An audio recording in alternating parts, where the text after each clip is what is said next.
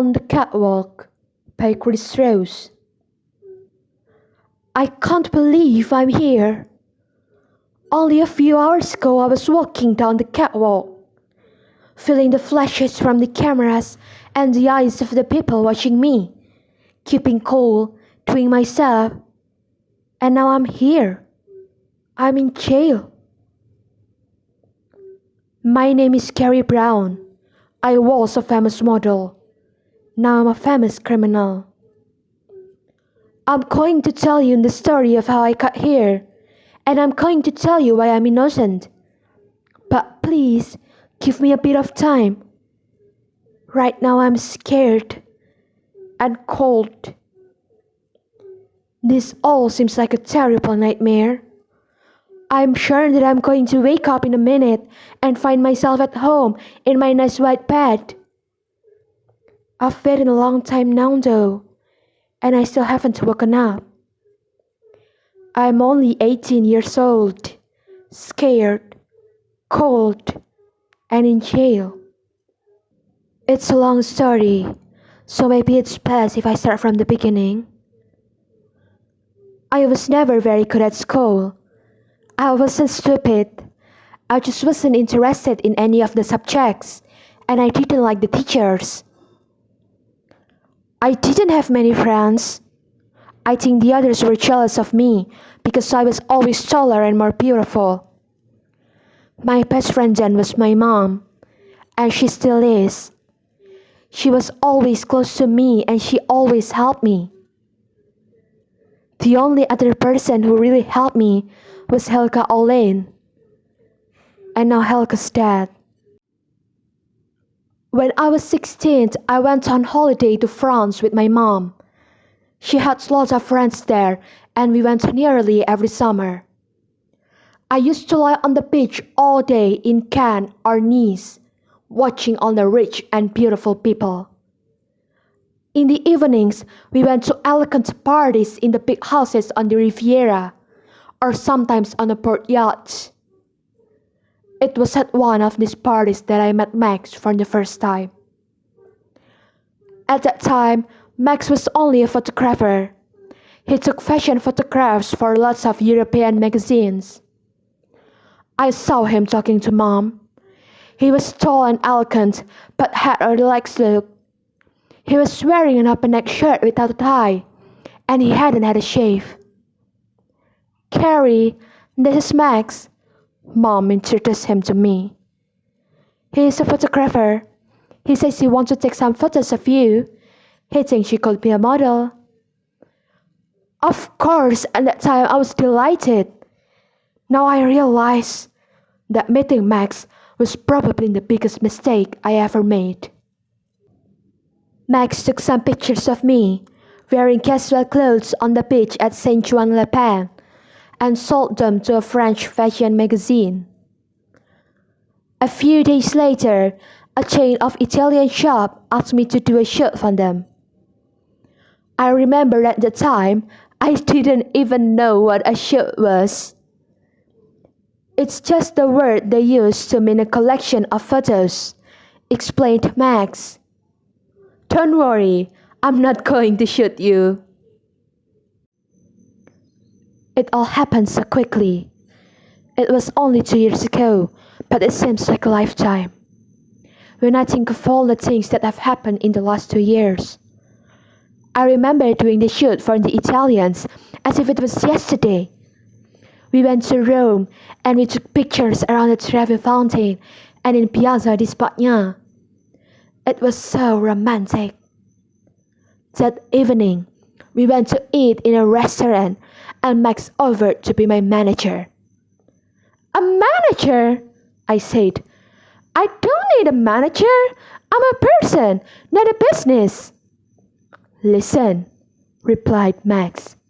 You are gonna be very famous, and you need somebody to take care of your money for you. You shouldn't worry about money when you're still so young. You should just have a good time. Enjoy yourself while you can. Because I was still too young, Mom signed the contract for me. Max became my manager. I think Max was a really good manager, Because after I had signed the contract, everything exploded. I was traveling all the time. In 1 week, I went from Paris to New York to Tokyo and then back to Paris. I never saw our house. I lived in hotels. We always went to eat in restaurants, but I couldn't eat what I wanted. When Max and Mom ate dim sum, pasta, sushi, or steak, I just had some salad and a bottle of mineral water. I was photographed all the time. At the beginning, I did pictures for magazines, all types of clothes, from swimming costumes to expensive silk evening gowns to jeans. I think the high point was when I was on the cover of Vogue. They took a picture of me wearing a great big diamond necklace and earrings and holding a beautiful grey cat. It was a fantastic photo. Mom put the cover of the magazine in a frame and put it on the wall at home. I don't know now if I'll ever see it again. It was after the Vogue front cover that I started to get offers from the really big names. Gucci, Dior, Armani and Versace all asked me to model their new spring, summer, autumn or winter collections.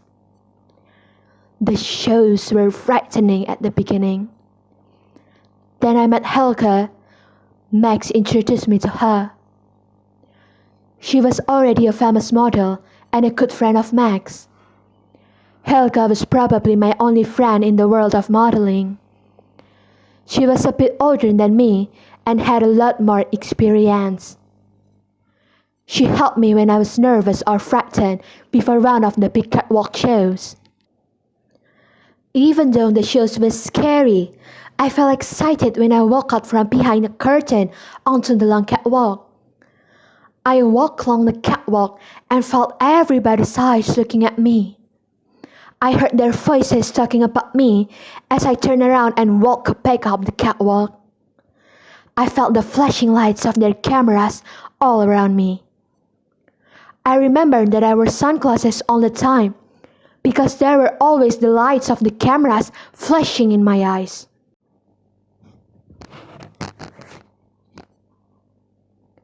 To tell you the truth, I don't know if I was happy or not. Everything seemed to happen too quickly for me to enjoy it. And then there was the other problem. Drugs. There, I've said it. A lot of people saying there are no drugs in the world of modeling. But I told you I was going to tell the truth. And that's the truth. It's sad, but it's true. A lot of the other girls in my profession have taken or still take drugs. Models have to stay awake for 24 hours a day sometimes.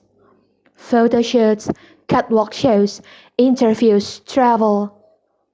Some of the girls take drugs to help them feel happy or just to stay awake. It's a real problem in modeling. I have never taken any drugs. I don't even smoke or drink alcohol. I look after my body and my looks very carefully. This is the truth. But now the police don't believe me.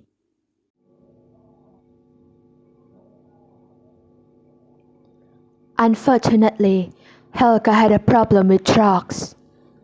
We were in New York to do the show for the new Armando Ferrucci collection. Helga had just flown in from Berlin. She looked a bit tired, but I thought she was okay. She gave me and Max a kiss and said hi to us both. Everything went really well. It was a quiet small show, and there was only 4 models, including Helga and myself. After the show finished, the other girls said they were going to a party and asked us to go with them. Helga said thanks, but no, she was feeling a bit tired. I decided to stay with her. I went to call my mom and Max and left Helga in the dressing room. I was only out of the room for a few minutes. When I came back, Helga was lying in a chair with her eyes closed. For a moment, I thought she was asleep, but only for a moment. She felt cold when I touched her. I touched her wrist and there was no pulse. I don't really remember what happened next.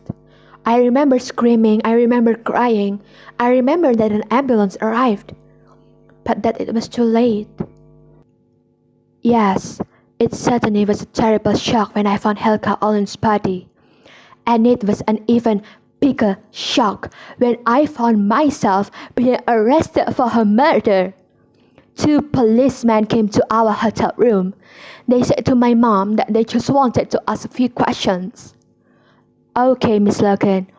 Unfortunately, there are a few details about Miss Olen's death that aren't clear, said the first policeman.